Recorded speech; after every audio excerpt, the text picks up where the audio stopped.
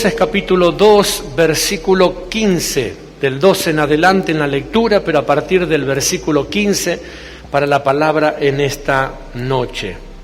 Este tema en la Biblia lleva por nombre luminares en el mundo.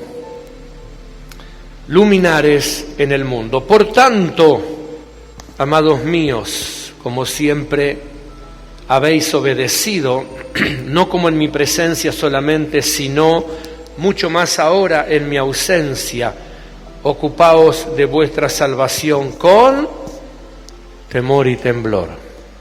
Porque Dios es el que en vosotros produce así el querer como el hacer por su buena voluntad. Verso 14, hacer todo sin murmuración y contiendas, para que seáis irreprensibles y sencillos hijos de Dios, sin mancha en medio de una generación maligna y perversa, en medio de la cual resplandeceréis como luminares en el mundo, asidos de la palabra de vida, para que en el día de Cristo yo pueda gloriarme de que no he corrido en vano, ni en vano he trabajado. Amén. Padre, muchas gracias te damos esta noche por este privilegio que tenemos de adorarte, de bendecirte, de honrarte, de exaltarte, de reconocer tu grandeza. Gracias, Señor, por todo este tiempo, por estos 18 años de vida en este concilio apostólico, pero aún también por todos los años que tú le has de sumar a este ministerio, Dios, apostólico y profético, que ha abrazado en obediencia a tu palabra, que ha abrazado en obediencia a tu mandato, que ha dispuesto de tiempo para que hombres y mujeres se fortalezcan, se formen espiritualmente, se instruyan y puedan servirte, Dios mío, con integridad y rectitud de corazón. Padre eterno y poderoso Dios, las generaciones, Señor, que han pasado y que aún pasarán, Señor, siempre tendrán la bendición de tener una palabra apostólica y una palabra profética. Háblanos, instrúyenos, capacítanos en esta hermosa noche, Señor, porque tu palabra no se volverá a ti sin que antes cumpla el propósito por el cual la has enviado a la tierra en esta noche. Señor, todo lo que se mueve en el cielo, en la tierra y aún debajo de la tierra, lo amarramos, lo sujetamos en tu nombre poderoso y lo declaramos inoperante si tiene la intención de impedir la predicación de esta palabra. Toda distracción, toda incredulidad es cancelada en esta hora, y todo lo que se ha declarado negativamente contra este concilio no tiene parte ni arte.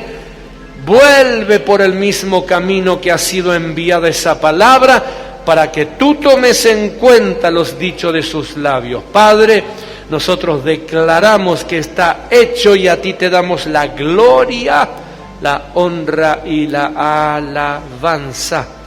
Amén, amén y amén, Señor. Gracias, te bendecimos.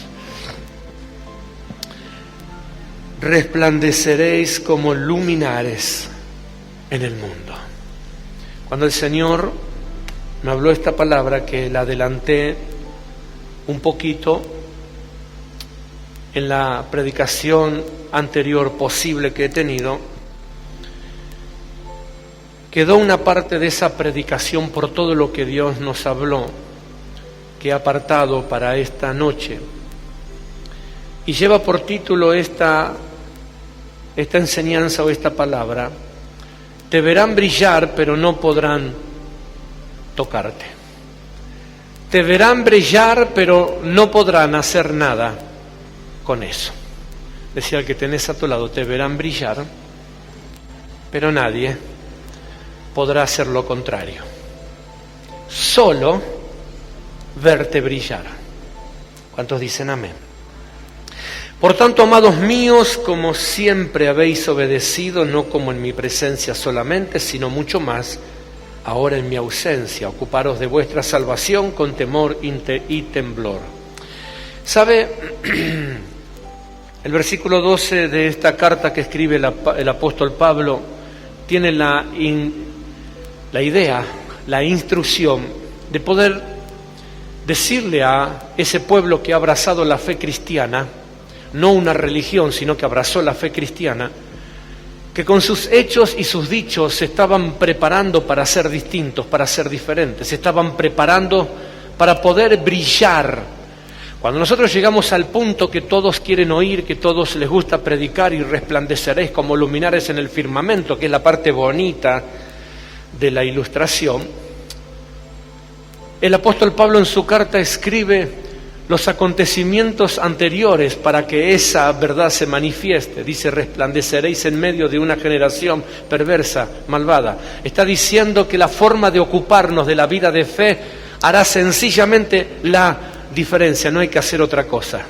No hay que ser ni genio ni extraordinario, no hay que ser ni fuerte ni poderoso, ni rico ni millonario, ni nada por el estilo, solamente entender los principios básicos de la fe cristiana para que entonces se pueda marcar la diferencia.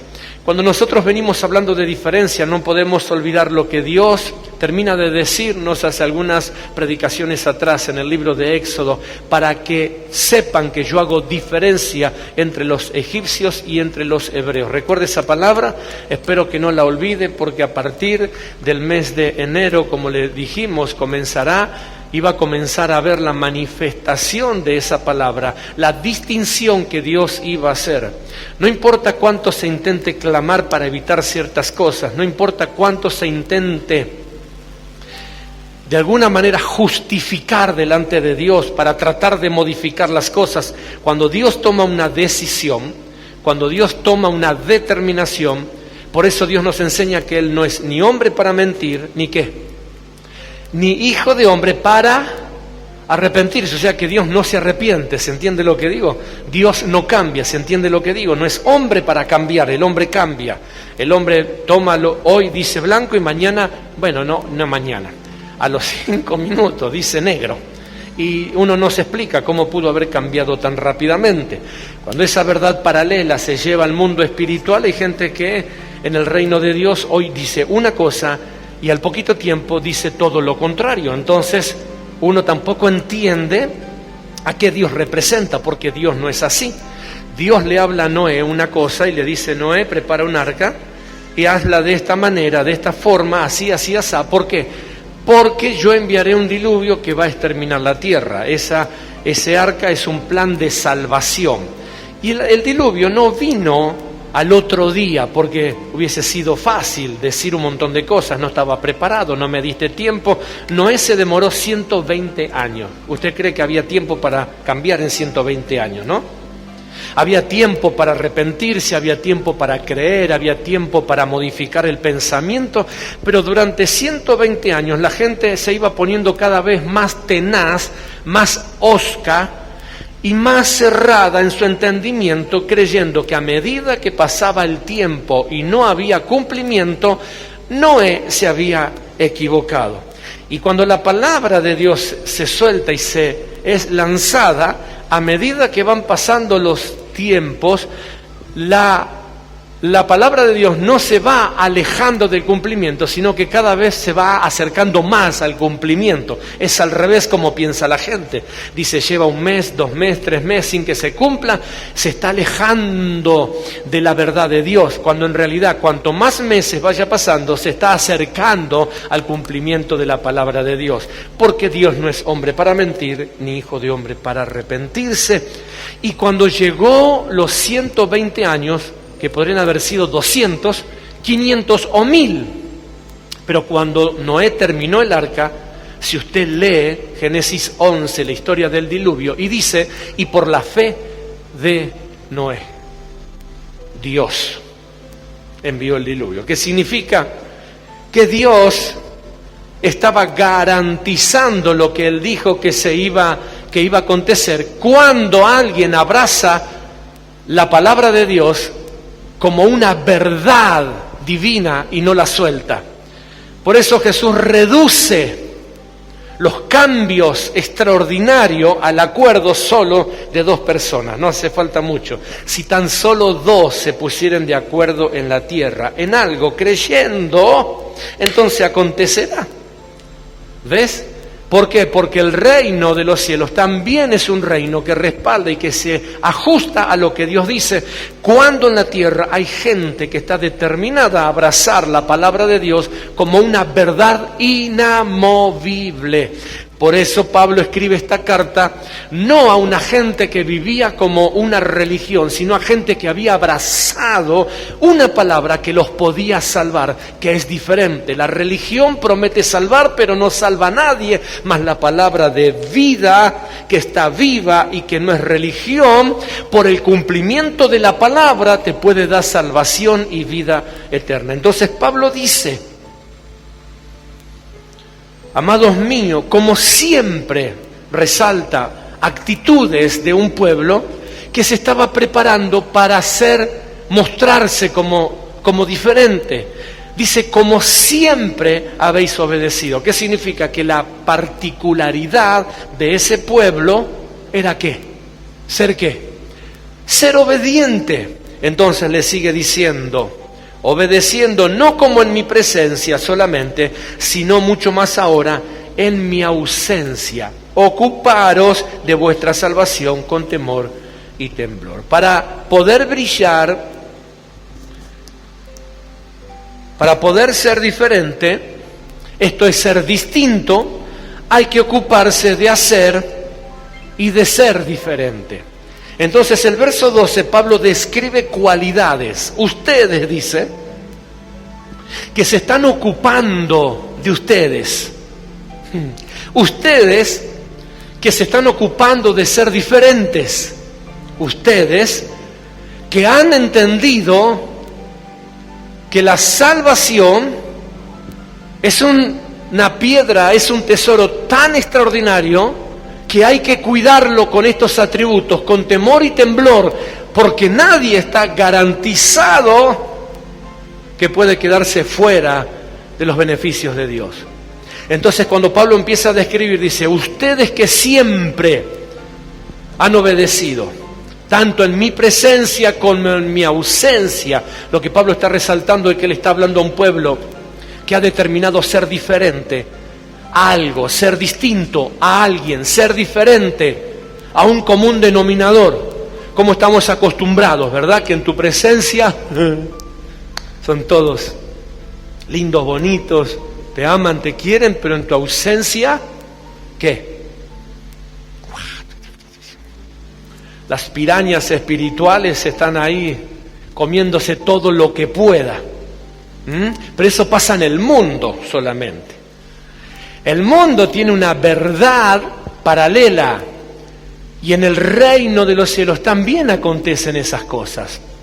Pero Pablo dice: ustedes no necesitan de continuo mi presencia porque entendieron que hay atributos que hay que hacer para ser diferente. Si el mundo en tu presencia te sonríe y en tu ausencia te critica, entonces si dentro del reino hacemos lo mismo, no somos diferentes al mundo. ¿Está entendiendo por qué Pablo dice el verso 12 los atributos de ser diferente? Si el mundo que no tiene a Cristo, vamos a usar el ejemplo, que no tienen temor de Dios, que no conocieron a Dios, es falso, es hipócrita, es mentiroso, engañador, estafador, corrupto.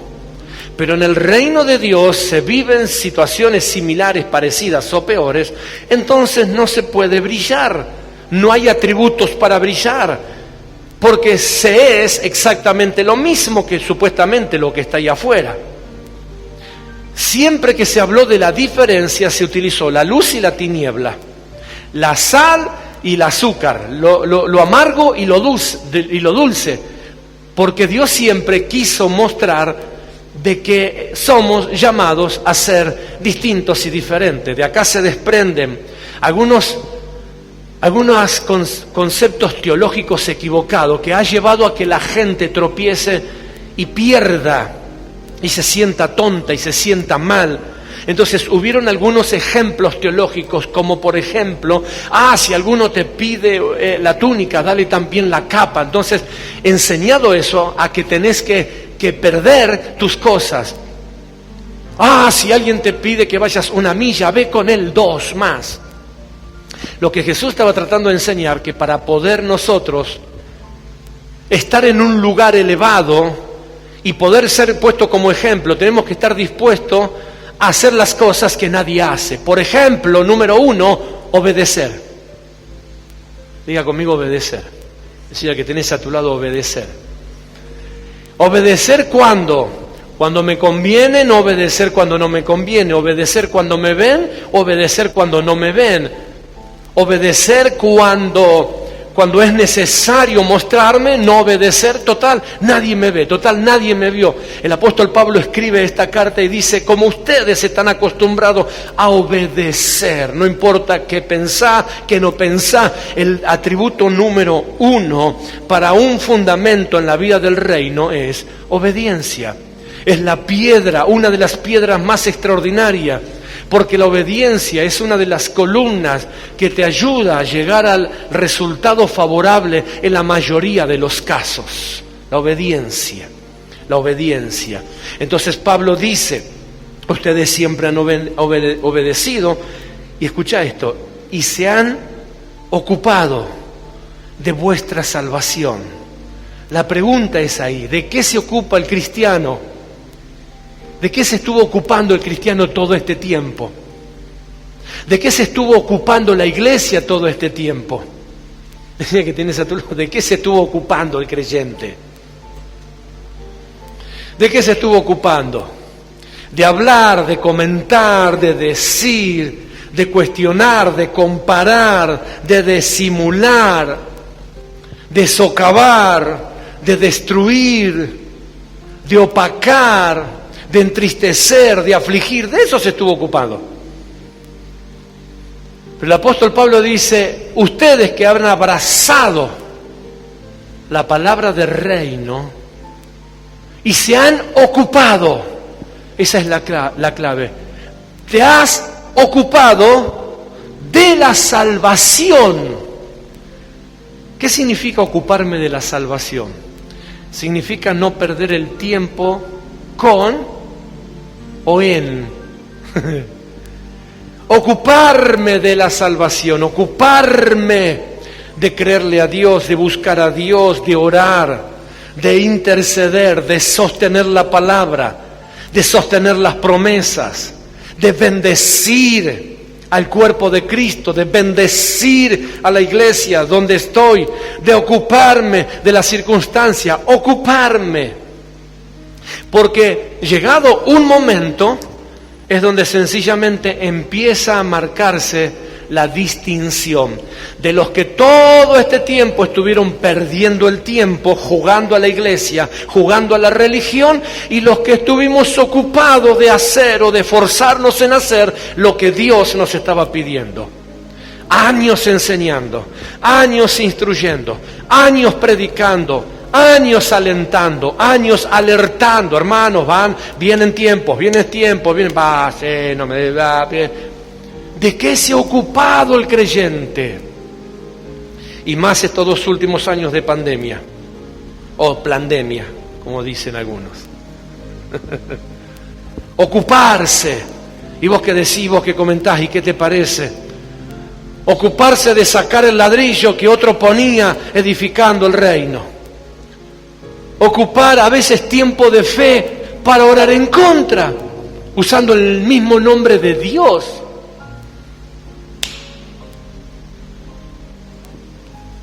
Pero Pablo dice, ustedes que se han ocupado de la salvación. ¡Wow! ¿Cuántos se ocuparon de la salvación? ¿Y qué es ocuparme de la salvación? Es ocuparme de mí mismo. Es ocuparme de qué tengo que cambiar para ser mejor yo antes que quiera ser mejor el otro. Es ocuparme de verme en el espejo y decir, Es ocuparme de que el dedo, en lugar de que esté recto así, se doble y esté así. Pegue la vuelta. Eso es ocuparme de la salvación, ocuparme de que el Señor me ayude a crecer, me ayude a transformar lo que todavía no está transformado. Por eso el apóstol luego empieza a desatar una lista de beneficios. El pueblo de Israel estuvo cautivo 400 años. Mucho tiempo, ¿verdad? Y viene la promesa de salvación. Y es levantado Moisés, si ustedes conocen la historia, pero en ese proceso de liberación, ¿sabe? Ya lo enseñé, pero ¿sabe cuántos años pasaron? 33 años. Desde que Dios dijo que el pueblo iba a ser libertado de Egipto hasta que fue libertado de Egipto. En esos 33 años se desataron 10 plagas. Y cuando nosotros hablamos de las 10 plagas, todos dicen, no, porque la primera plaga, la segunda plaga, entonces nosotros decimos, ajá, etcétera, etcétera, 10 días, en 10 días. No, 33 años. Wow.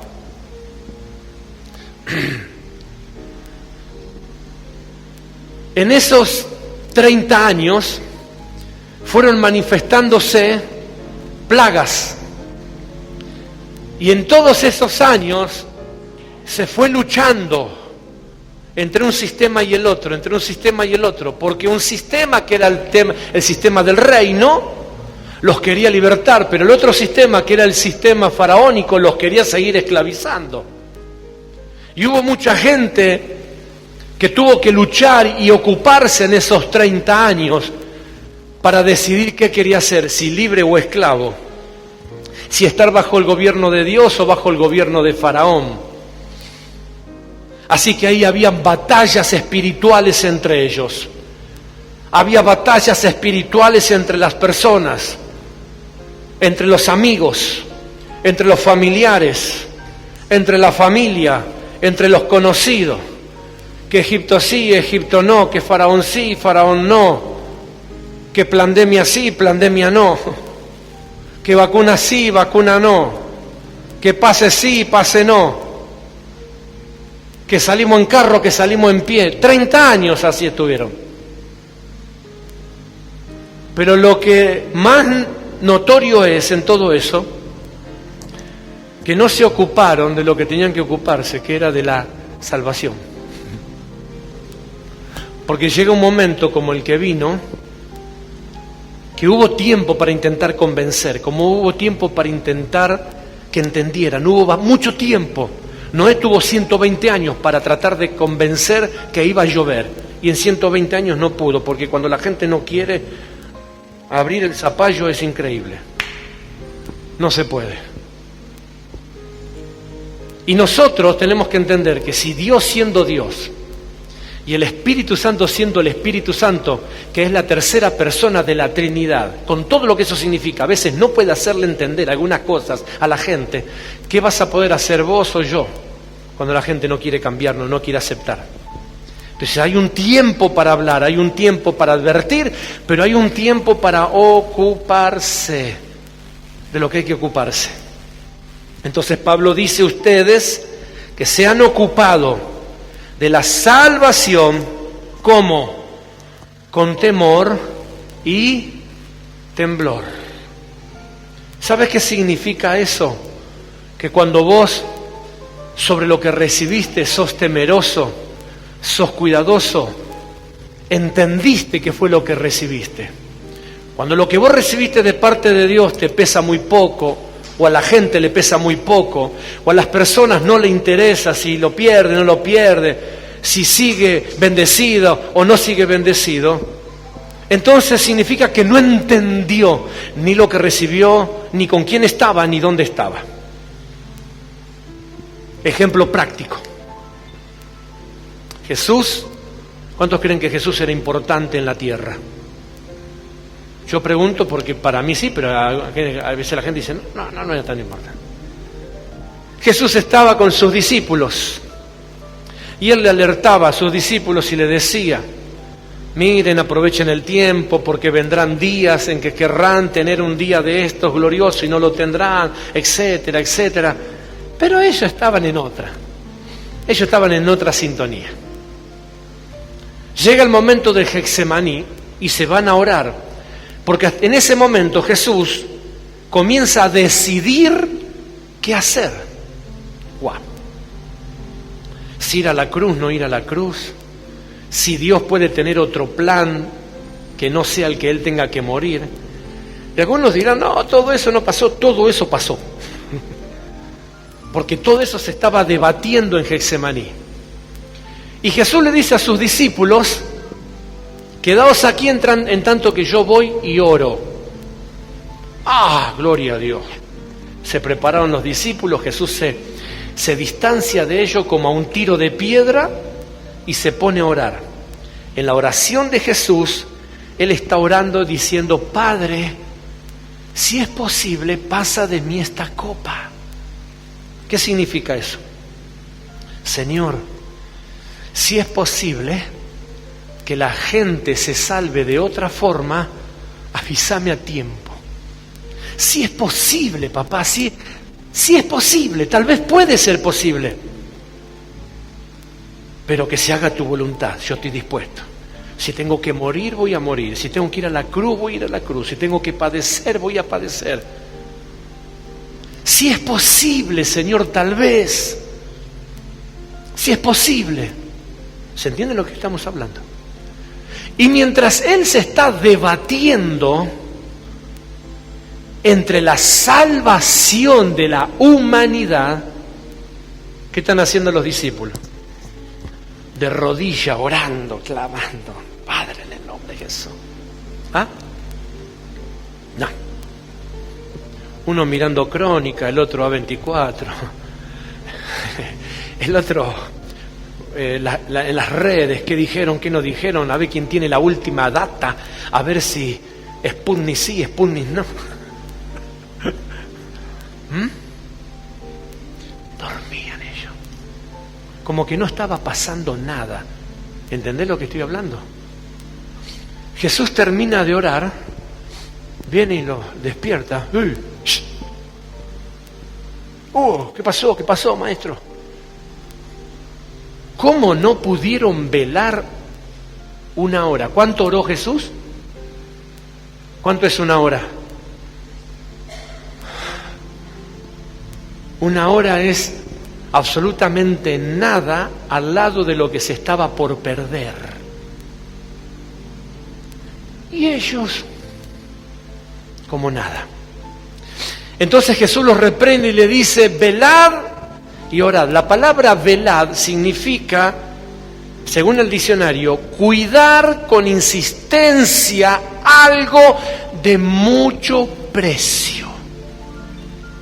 Por eso pregunto, ¿qué precio era Jesús para los discípulos? Convirtiéndome en verdugo, para los discípulos no valía 2 centavos la vida de Jesús. Pero no era la vida de Jesús, era su propia salvación, era su propia bendición. Entonces la pregunta es, por eso aparece la pregunta, ¿cuánto vale lo que Dios te ha dado? ¿Cuánto vale lo que Dios te ha entregado? ¿Cuánto vale el estar bendito, el estar bendecido? ¿Cuánto vale el tener una palabra que baja del trono de Dios? ¿Cuánto vale? Yo sé lo que puede valer para mí, pero no sé lo que vale para los demás, porque cada cual le pone el precio que tal vez entienda o le parezca.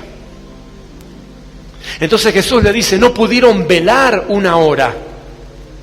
Ok, si no pueden velar porque están cansados, confundidos, preocupados, etcétera, etcétera, etcétera, ayuden con oración a eso. ¿Qué es lo que dice Pablo? Ustedes que siempre se han ocupado de la salvación, ¿con qué?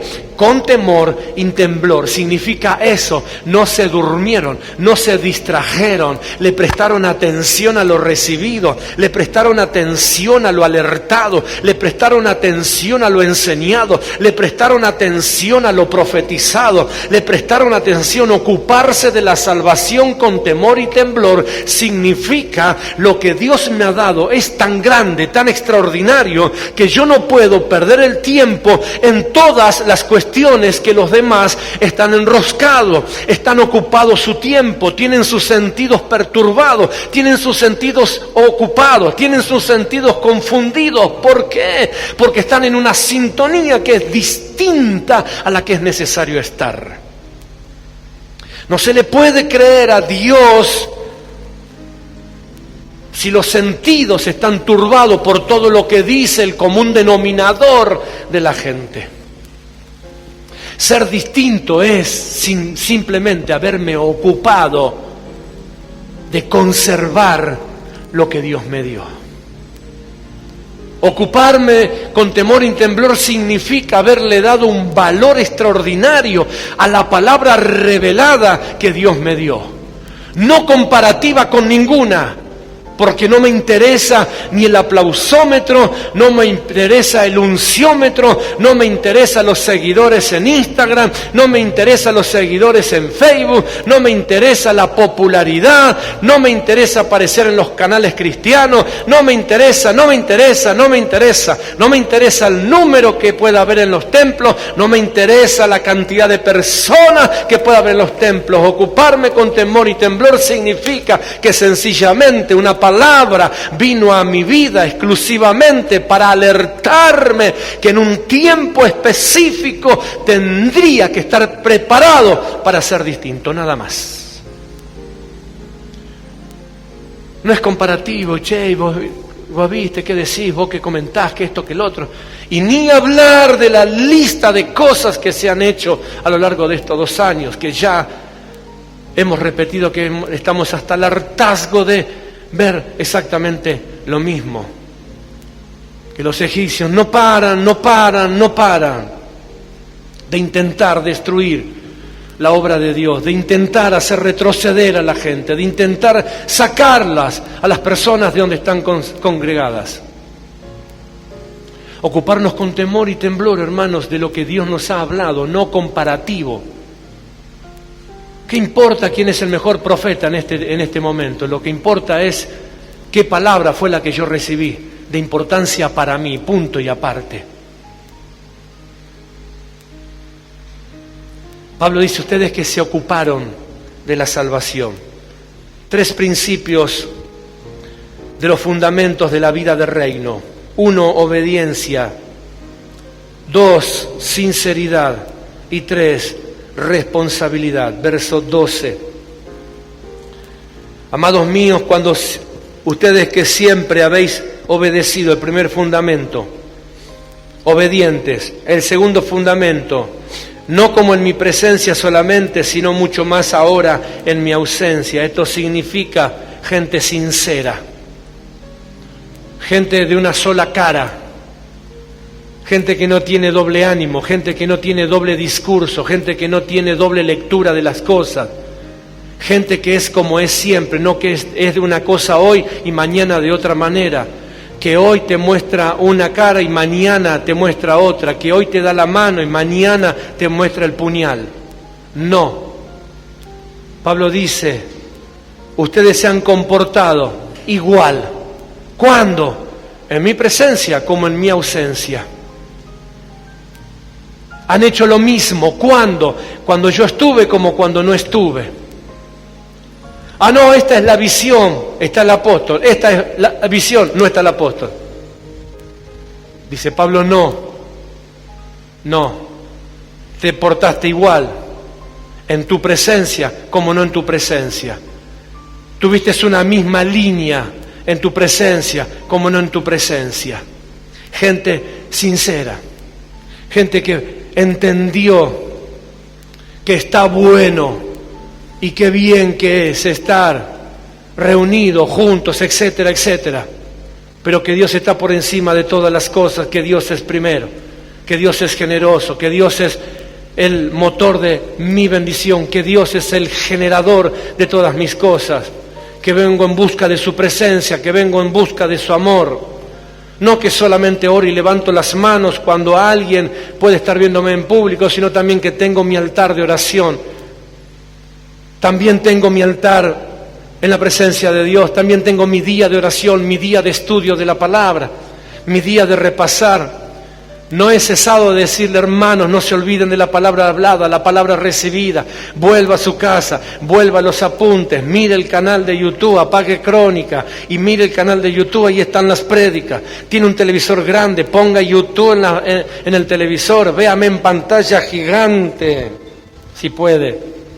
Escuche la palabra del Señor, porque es una palabra de bendición, una palabra, una alerta.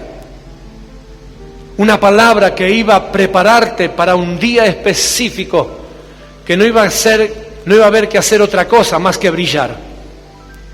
Porque cuando llegue ese día, y habiéndome ocupado de lo que había que ocuparme, entonces el título es: te verán brillar pero no podrán hacer nada. Te verán brillar pero no podrán hacer nada para impedirte.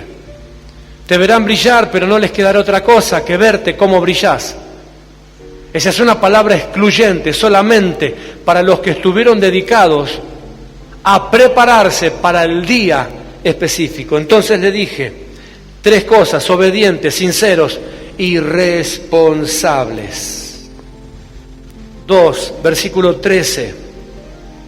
Sobre estos fundamentos en Dios, sobre estos fundamentos es Dios el que realiza la obra distintiva. Entonces recordemos Éxodo 11:7, para que nadie se enoje con el apóstol, nadie se enoje con la predicación.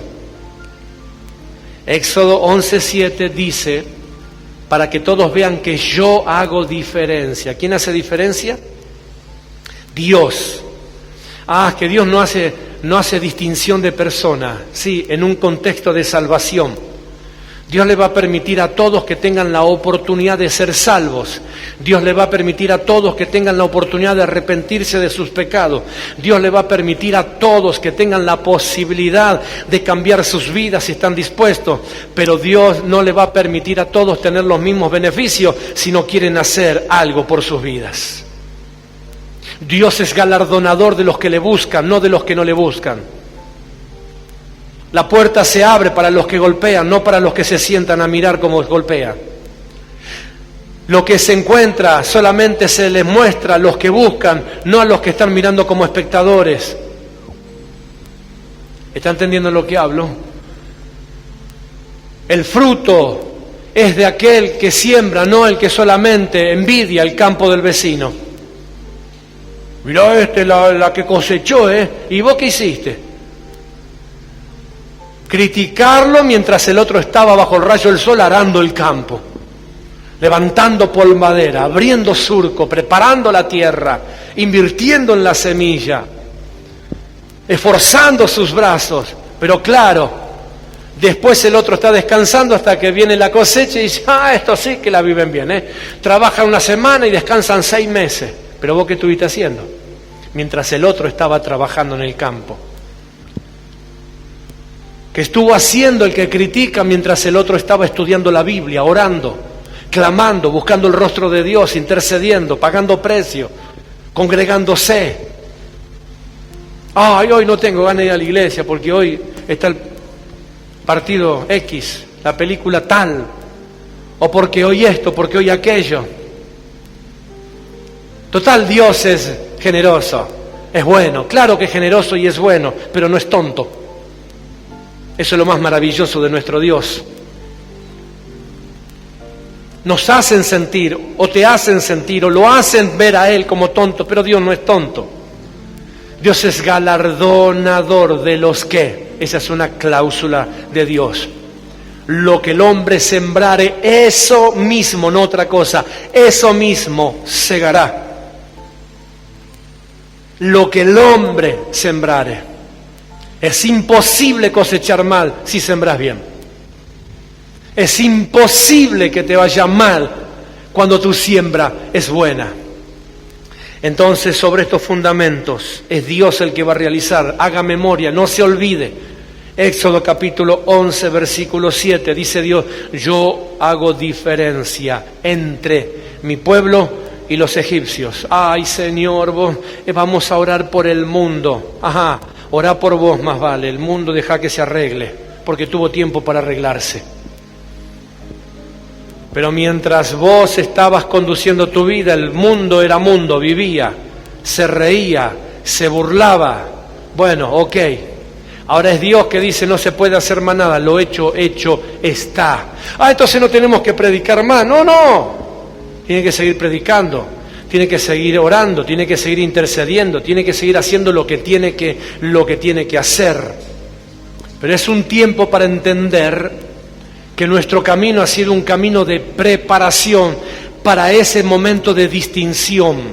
Dios se va a encargar de hacer diferencia, porque los egipcios que saben que viene el día malo, se quieren meter entre los hebreos, pero Dios no es tonto. Dios conoce las ovejas de los lobos, Dios conoce las ovejas de los cabritos, Dios conoce las ovejas, Él conoce el trigo y la cizaña, Él sabe la diferencia, son parecidos, son casi igualitos, pero el Señor las conoce. Diga conmigo, el Señor las conoce. El Señor las conoce, Él sabe. Por eso dice, yo voy a hacer distinción. Yo, porque yo sé, a mí no me pueden engañar. Yo conozco sus secretos, yo conozco su oscuridad, yo conozco su silencio. Vos o yo a lo mejor no lo conocemos, pero el Espíritu Santo sí. Pero el Señor sí. Dios Padre, Dios Hijo, Dios Espíritu Santo sí lo saben, sí lo conocen. Entonces, ahí es el momento cuando el Señor dice, ok, ahí es el momento de brillar. Yo voy a hacer diferencia, yo voy a decir quién va a brillar y quién no va a brillar. Porque al momento de brillar todo el mundo quiere brillar, todos quieren salir en la foto. Pero Dios no es tonto, diga conmigo, la cámara de Dios sabe a quién le saca la foto. Entonces, el verso 13 dice, porque Dios es el que en vosotros produce así el querer como el hacer por su buena voluntad. Dios es el que produce en nosotros. Cuando nosotros estamos determinados y hemos trabajado correctamente, diligentemente, Dios produce en nosotros el querer como el hacer. Y aquí hay una revelación tremenda, porque este versículo bíblico es un versículo bíblico que se utilizan, Dios produce en nosotros el querer como el hacer, entonces hasta que Dios no me ponga ganas de hacer, yo no hago. Que me vengan ganas de hacer.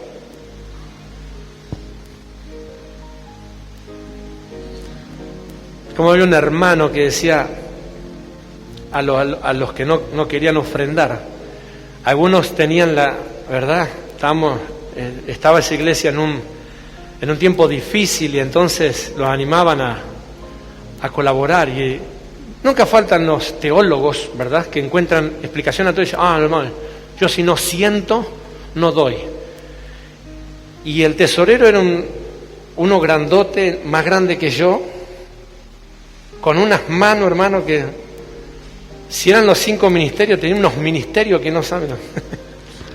Hermano, usted quiere sentir y yo lo voy a hacer sentir, va a ver cómo da, le decía, en tono de broma, porque el otro era muy chistoso también, decía, yo hasta que el Señor no me ponga, no me haga sentir. Entonces muchos se toman de este versículo bíblico y dicen, Dios pone el querer como el hacer. Que el Señor ponga en mí el deseo de hacer. No. Dios no trabaja como la red G5 que manipula a la gente. Dios no trabaja así. Cuando la palabra dice, Dios pone el querer como el hacer según su voluntad, está hablando que le va a permitir a personas que se han dedicado en prepararse, que aunque no quieran brillar, van a brillar igual, porque han sido buena tierra y se han preparado para ese fin. Porque hay momentos donde parece ser que queremos ser más buenos que Dios. Ay, Señor, ¿sabes qué?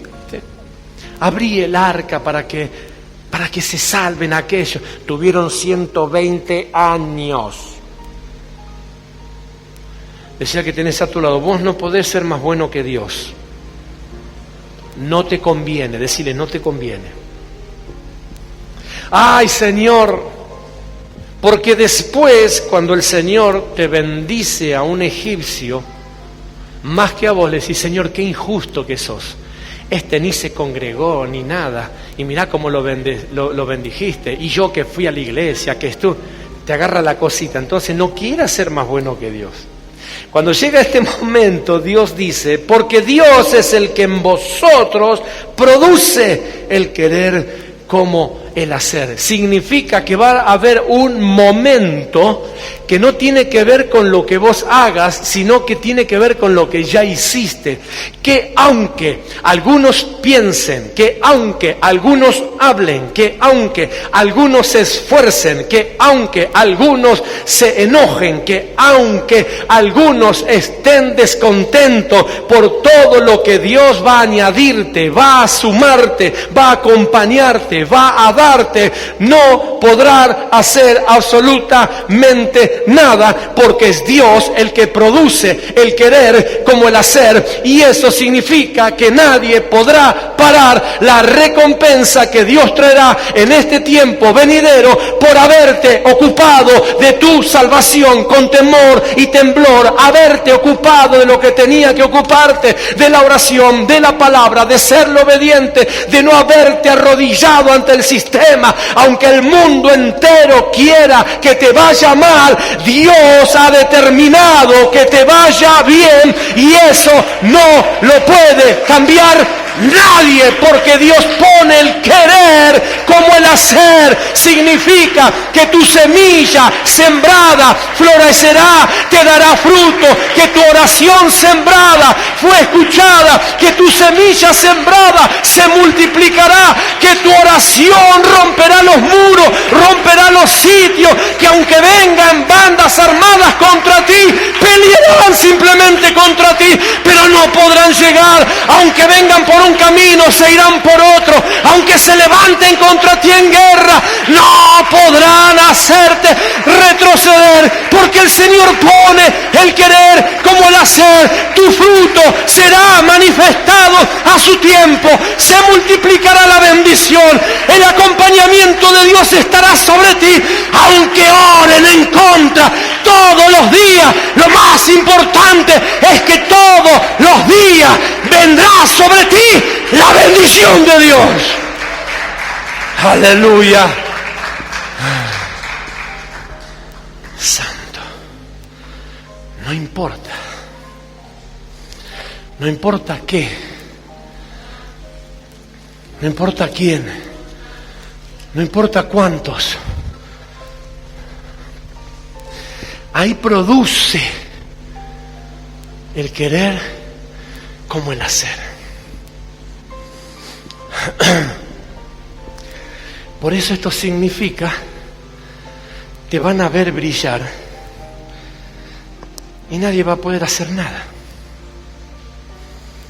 Porque aunque alguien no quiere o no quiera que brilles, Dios te va a hacer brillar igual. Aunque a alguien no le guste que te vaya bien, te va a tener que ver bien todos los días de tu vida. Que aunque alguien no se ponga feliz porque todo lo que haces Dios lo hace prosperar, tendrá que acomodarse para verte prosperar en todo lo que hagas. Mira qué simple. Dios le dice a José, tengo un secreto para vos. ¿Cuál? Después que escuchen esta predicación, algunos predicadores internacionales van a salir a hacer conferencia después de esta noche, con esta palabra en YouTube. Las 4 llaves para el éxito, las 5 llaves para el... ¿Viste qué? Y ya después sale un libro de ahí. Dios le dice a Josué: Josué, esfuérzate y sé valiente. Ya van 2 llaves. Esfuérzate y sé muy valiente. 4 llaves. Y ya la otra llave es más grande porque la puerta que tiene que abrir es más grande. Solamente esfuérzate y sé valiente. Toma esta palabra y átala a tu cuello. Wow. Medita en ella de día y de noche. No te apartes de ella. Y Señor, verso 8. Y todo lo que hagas,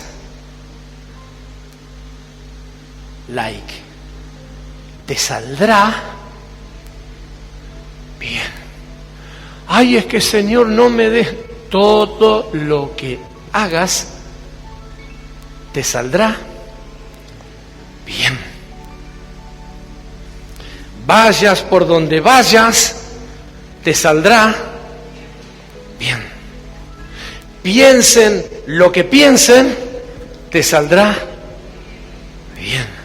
Porque cuando llegas a ese nivel de conocimiento, de valor, de reino, ya no importa ni no interesa lo externo. Lo único que importa es lo que va por dentro tuyo y lo que has atesorado en tu espíritu. Ya no depende si estás en la ciudad o en el campo. Donde estés, te irá bien. Porque entonces serás bendito, ¿dónde? En la ciudad y en el campo. Al entrar y al salir, al levantarte y al acostarte.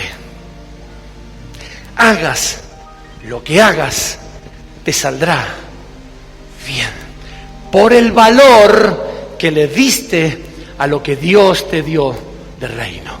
Porque te ocupaste. Entonces cuando llegas a ese nivel, Dios produce en vosotros el querer como el hacer. De acuerdo, la tercera cláusula, que no la puede vencer nadie, a su voluntad. ¿De acuerdo a la voluntad de quién? Oye, me volvió loco. ¿De acuerdo a la voluntad de quién? ¿De acuerdo a la voluntad de quién? Esto significa que ya no importa qué voluntad tenga la gente de entenderte, de no entenderte, de ayudarte, de no ayudarte, de acompañarte, no acompañarte, de darte, de no darte. Aunque la gente no tenga nada, gana de hacer nada por ti, esto ya no importa, porque de acuerdo a la voluntad de Dios es lo que yo voy a recibir. No de acuerdo a la voluntad de la gente, no de acuerdo a la voluntad de la empresa, no de acuerdo a la voluntad de las personas, no de acuerdo a la voluntad del gobierno, a la voluntad del mundo, a la voluntad de las familias, de acuerdo a la voluntad de Dios. Si la voluntad de Dios dice una cosa, entonces estoy preparado para el bien de Dios. Wow. De acuerdo, esto significa que se ajuste a lo que Dios quiera. Wow. Por eso había un tiempo para trabajar, un tiempo para ocuparse. Y resplandecerás, brillarás y nadie podrá hacer nada. Nadie podrá impedirlo. Verso 14. Haced todo sin murmuración y contienda. ¿Qué significa el verso 14? Simple, no hay que hacer mucho teología. De lo que hago y de lo que digo voy a tener que dar explicaciones. Punto y aparte. de lo que hago, de lo que digo. Por eso Pablo dice, hace todo sin murmuración ni contienda. Hace lo que tiene que hacer y punto. Sin criticar, sin murmurar. 2 palabras del diccionario. Murmurar es conversación en perjuicio de un ausente. Qué cosa horrible. Es hablar en ausencia del que se está hablando para perjudicarlo. Es como hablar de un muerto, no se puede defender. Eso es murmurar, ¿verdad? Estar diciendo cosas en su perjuicio, pero cuando la persona no está. Y contienda es peleas, riñas, batalla, eso dice el diccionario. O sea, hacer todo eso no va a quedar en el olvido. Podrá quedar en el olvido de quien lo hizo.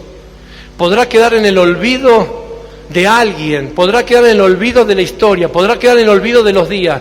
Lo que no va a quedar en el olvido de Dios. Porque de todo lo que se haga, de todo lo que se diga, se tiene que rendir cuenta. La Escritura nos dice que de toda palabra ociosa que sale de nuestros labios, se ha de rendir cuentas. Así que, cuando estamos en niveles de brillar, no solamente es para allá, sino que es para acá también. Porque así como Dios, de acuerdo a su voluntad, hará lo que tenga que hacer a tu favor, también de esa manera el Señor tendrá presente lo dicho y lo hecho. Por eso Pablo dice, hagan todo sin, no con. Ah, sí, yo hablé, pero igual lo hice. Envenenaste la semilla. Decía que tienes a tu lado, tenés cuidado con qué regás la semilla de lo cual después vas a comer. ¿Escuchaste? Ay, que yo me hice una quinta para comer verdura ecológica. ¿Pero con qué la regás? Porque con eso que regás, después te lo volvés a comer porque lo comés en la planta. Y en el reino es lo mismo. Es tan importante este principio que cuando Jesús dijo, cuando vas a traer la ofrenda al altar, si tienes algo con alguien, arréglalo antes de poner la semilla. Porque esa situación con alguien es el abono que le estás poniendo a la semilla que estás sembrando. Y así hay gente que está como está, en las condiciones que se encuentra, porque está comiendo, como dice la Escritura, del fruto de sus labios. Y dice, pero ¿cómo puede ser? ¿Con qué abonó su semilla? ¿Con qué alimentó todo este tiempo las semillas en su espíritu? Con murmuración, con contienda, con chisme, con división, con disolución, ¿con qué? Cuando el Señor haga germinar esa semilla dará de ese fruto para que la persona que lo sembró lo coma. Porque eso es lo que dice Dios. No se puede sembrar, no sé, zapallo y cosechar frutilla o la que le guste. Si cosecha zapallo, prepárese para comer mucho zapallo, ¿verdad? Pero es lo que va a cosechar.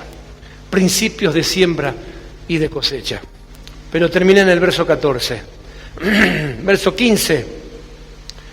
Lo último. ¿Para qué seáis? ¿Para qué? Ese es el propósito de todo lo otro. O sea, ocúpate de la salvación con temor y temblor. Sé obediente, sincero y responsable. Hacé las cosas sin murmuración ni contienda. ¿Para qué? Diga conmigo, ¿para qué? Otra vez. Una tercera. ¿Para qué? Que es la pregunta del millón. ¿Y para qué tanto esfuerzo? ¿Y para qué tanto? ¿Y para qué esto? ¿Y para qué? ¿Y para qué? Verso 15. para que seáis irreprensibles y sencillos hijos de Dios, sin mancha. ¡Wow! Para que seas irreprensible significa que no tengas de qué te acusen, de qué te digan. Claro que lo van a decir, van a comentar, van a hablar, pero Jesús lo dijo, bueno, que lo hagan. Mientras no sea cierto, no podés impedirlo. Que inventen, que comenten, que digan, que argumenten, que se pongan gordos con todo el cuero que te comen. No importa. Lo importante es que puedas estar presentado irreprensible, sin mancha, en medio de una generación, mira esto, maligna y perversa. ¿Estamos en medio de qué? Diga conmigo, de gente mala, perversa. No, qué bueno, no, mala. Diga conmigo, son malos. Son perversos. Vamos. Querer cambiar la genética de un individuo es perverso. Querer destruir la raza humana que Dios creó es perverso. Querer controlar a la humanidad, elegir la población que más les convenga, es perverso. Querer destruir las iglesias es perverso, es maligno.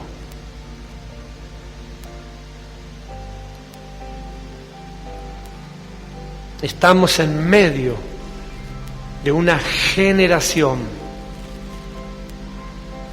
Estamos en medio de una genética. Eso es generación, viene de gen, de gene, gentes, de génesis, de principio. Estamos en la idea conceptual del mismo diablo, del principio de los orígenes, que siempre quiso destruir la voluntad de Dios. Por eso Pablo dice, estamos en medio de una generación. La generación, la palabra generación, viene de genética, genética, gente, génesis, genes. Esto significa que los días que estamos viviendo son los días del principio de todas las cosas. El principio de la destrucción de la voluntad de Dios.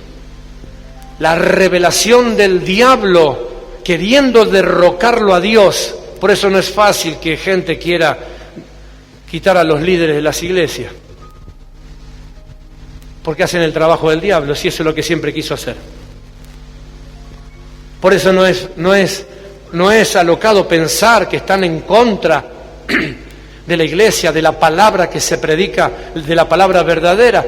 Si siempre quisieron hacer, cuando el primer discurso de Jesús, cuando dijo esta palabra se ha cumplido y sobre vosotros, lo agarraron de las túnicas, lo sacaron para afuera y lo quisieron tirar por el muro de la ciudad. Lo quisieron matar. Así que no es notorio que la gente quiera destruir a los que decimos la verdad, desacreditar a los que predicamos el verdadero mensaje de Dios para este tiempo. Porque hacen el trabajo de su padre, el diablo, tienen el mismo espíritu destructivo, desobediente, indiferente a la voluntad de Dios. Nosotros estamos en medio de una generación de gente que tiene eso en su interior. Hacer las cosas diferentes a lo que Dios dice que hay que hacer. Si Dios dice que es blanco, no, puede ser azul o multicolor. Por eso formar el tercer género, por eso generar una nueva generación transgénera. La idea del movimiento mundial es que el hombre deje de ser hombre y sea transgénero. Miren la locura que tienen en la cabeza estos tipos.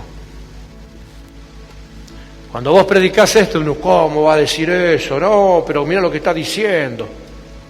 Hay que cortarle la cabeza. Y a vos la lengua. Para que no haga tropezar a tanta gente. Pero bueno, Qué hermoso que es Dios. Estamos en medio de una generación maligna y perversa, en medio de la cual, ahí está. El apóstol Pablo cita las características de alguien que pretende ser distinto a los demás. Estamos en el mundo, dijo San Juan capítulo 17, verso 16, pero no somos de este mundo. Estamos en el mundo, estamos en medio de esta generación que es perversa. Estamos en medio de generación que te quiere corromper. Estamos en medio de una generación, San Juan 17, 16. Estamos en medio de una generación que te alienta todos los días a desobedecer a Dios, a no escuchar al predicador, a no hacerle caso al apóstol, a no seguirlo, a no acompañarlo. Estamos en medio de una generación que te quiere sacar del lugar donde encontraste en Dios para ser bendecido. Estamos en medio de una generación que el varón, que te quiere animar a que el varón deje de ser varón y sea otra cosa, unas cosas raras, unos cambios raros. Estamos en medio de una generación que te invita a traicionar, que te invita a mentir, que te invita a destruir. Estamos en medio de una generación que no quiere saber nada con Dios, es antidios totalmente, que aborrece a Dios, aborrece a la iglesia, aborrece a los predicadores, aborrece el ministerio. Estamos en medio de una generación que aborrece la familia, estamos en medio de una generación que aborrece el matrimonio, estamos en medio de una generación que intenta que los matrimonios claudiquen, que los matrimonios tropiecen, que los matrimonios no puedan tener la bendición de cumplir tantos años de casado, siguiendo una misma visión, teniendo a su Dios en sus vidas. ¿O vos te crees que le va a agradar a una generación que está pervertida, que una pareja, que un matrimonio esté cumpliendo 31 años de casado, habiendo consagrado sus vidas a Dios, dedicado sus vidas al ministerio, al servicio? ¿Te crees que le agrada eso a la gente? No, no le agrada, porque es mala, porque es perversa. Estamos en medio de esa generación, que siempre están tratando de que el que es sano se enferme, y que el que está enfermo se termine de morir. Perversa, dañina, pero en medio de esa generación, de acuerdo a la voluntad de Dios, te ha preparado el Señor para que brilles. Te ha preparado el Señor para ser levantado. Estamos en el mundo, pero no somos del mundo. Estamos llamados a ser diferentes. Estamos llamados a vivir diferente, estamos llamados a actuar diferente, estamos llamados a tener ideas diferentes, estamos llamados a tener una postura diferente ante las circunstancias que todo el común denominador atraviesa. Sencillamente estamos llamados a ser distinto a todo lo demás. Distinto, no único, porque ese es el otro engaño del diablo. Ah, que ese es el único. No soy el único, yo simplemente sé que soy distinto. Si soy el único o no lo sabe Dios. Él es el que cuenta aún los cabellos que se me caen. Por eso, como ya empecé a perder los de arriba, estoy dejando crecer los de abajo. Él tiene el control de todas las cosas. Hola. Él sabe todas las cosas. Qué hermoso que es Dios. Estamos llamados a ser distintos, no únicos. Esa es decisión de Él. Ay, Señor, solo yo he quedado. No, tengo 7.000 todavía escondidos que no se han doblegado. Decía que tenés a tu lado, no sos único, pero podés ser diferente. Sos el único tonto que quedas ahí. Decirle, soy diferente. Vamos. Decirle, bueno, con esa fe decirle, espero que sea diferente. A conducirnos diferente. Cuando tengas estas bases, entonces aparecerá tu luz. Cuando tengas estos cimientos, entonces, sin que te esfuerces mucho, empezará a brillar tu luz. Empezará a resplandecer.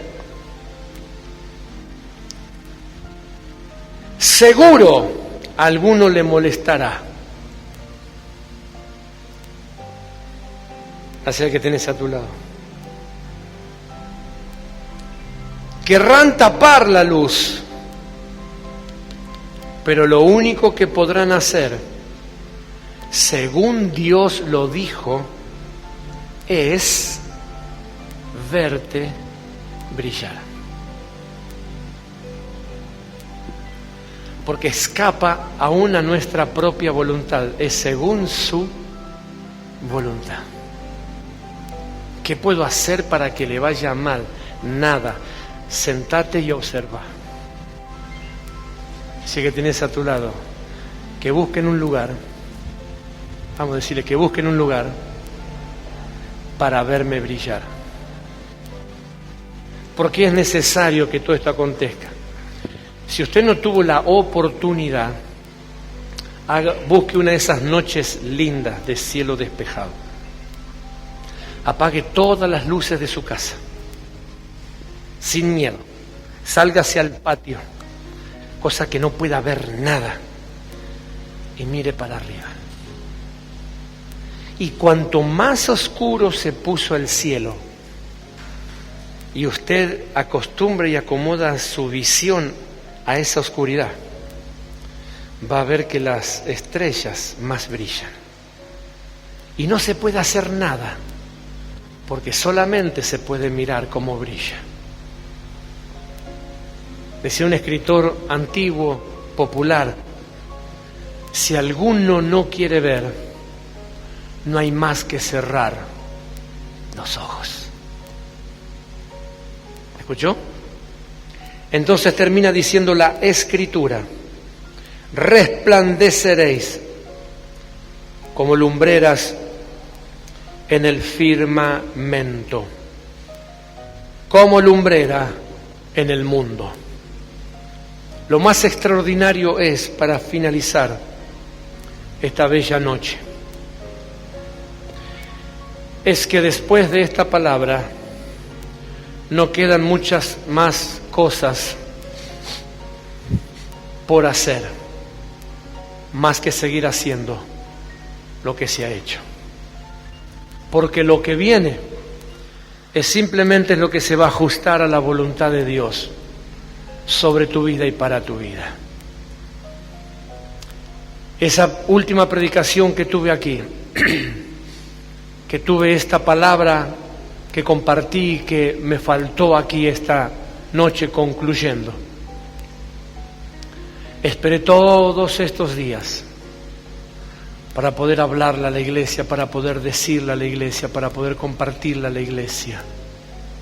Porque es una palabra que va de la mano de un atributo que se llama fidelidad. Fidelidad. El esfuerzo de cada uno le va a dar como resultado el cumplimiento de esta palabra. El esfuerzo personal le va a dar como resultado esta palabra. La dedicación, el esmero, la entrega, le va a dar como resultado el cumplimiento de esta palabra. Ya no importa otras cosas.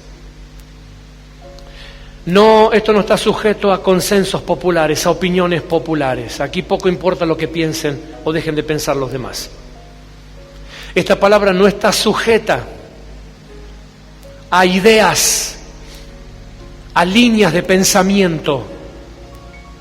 Puede haber 10 que piensen igual, puede haber 1,5 millones que piensen distinto. Poco importa.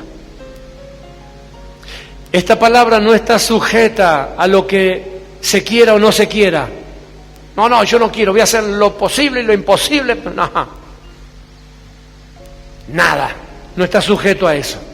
Porque esta palabra está más arriba. Esta palabra está por encima, esta palabra está desprendida de lo que se haga, se deje de hacer. porque es una palabra de reino. Los egipcios,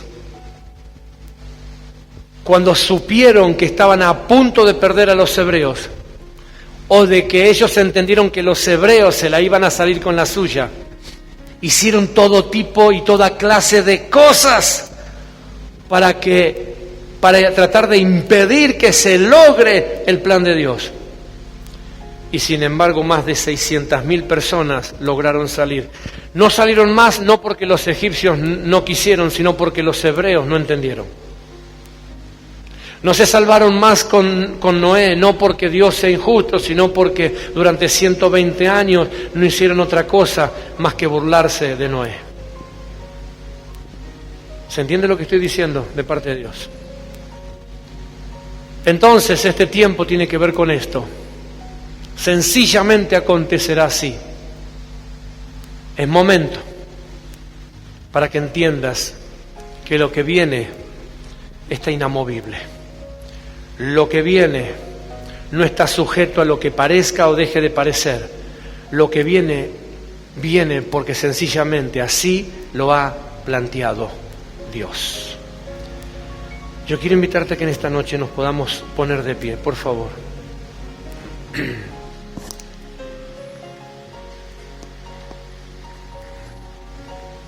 Y sepamos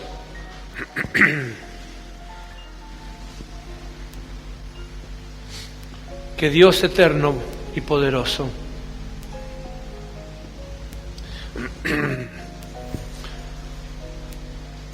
ha puesto en la historia de la fe este regalo para los esforzados, para los fieles, no de acuerdo a mi criterio, no de acuerdo a lo que vea o deje de ver. Por eso Pablo en el verso 12 escribe y dice: en mi presencia y en mi ausencia, porque hay cosas que Pablo no podía juzgar en su ausencia, pero Dios sí. Para graficar, si en mi ausencia hiciste bien, Dios te vio; si en mi ausencia hiciste mal, Dios te vio igual. Para que se entienda. Entonces, sencillamente este principio de resplandecer como una estrella, brillar, simplemente brillar, está desprendido de todo lo demás, está desprendido de las opiniones, de los deseos, de los gustos, de las ideas y de los planes. Simplemente soy yo, camino a brillar. Simplemente soy yo, camino a los resultados favorables. Simplemente soy yo, caminando a tener éxito en lo que haga. Y esa es la palabra, simplemente. Decía que tienes a tu lado, simplemente ser yo, caminando hacia todo, me sale bien. Vamos a decirle, simplemente soy yo caminando a tener buenos resultados. Simplemente soy yo a que se den las cosas favorables. ¿Sabes lo que es prosperidad? No es plata. Éxito feliz en todas las cosas. Curso favorable en todas las cosas. Y por último, bienestar económico. No es plata, porque plata sin cerebro es un peligro. Eso es prosperidad. Es éxito feliz en todo lo que emprendo. ¡Wow!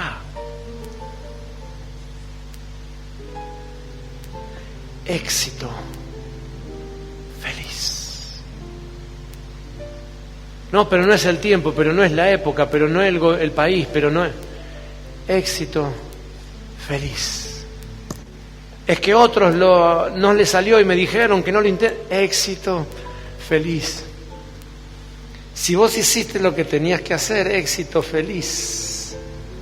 Curso favorable en todas las cosas.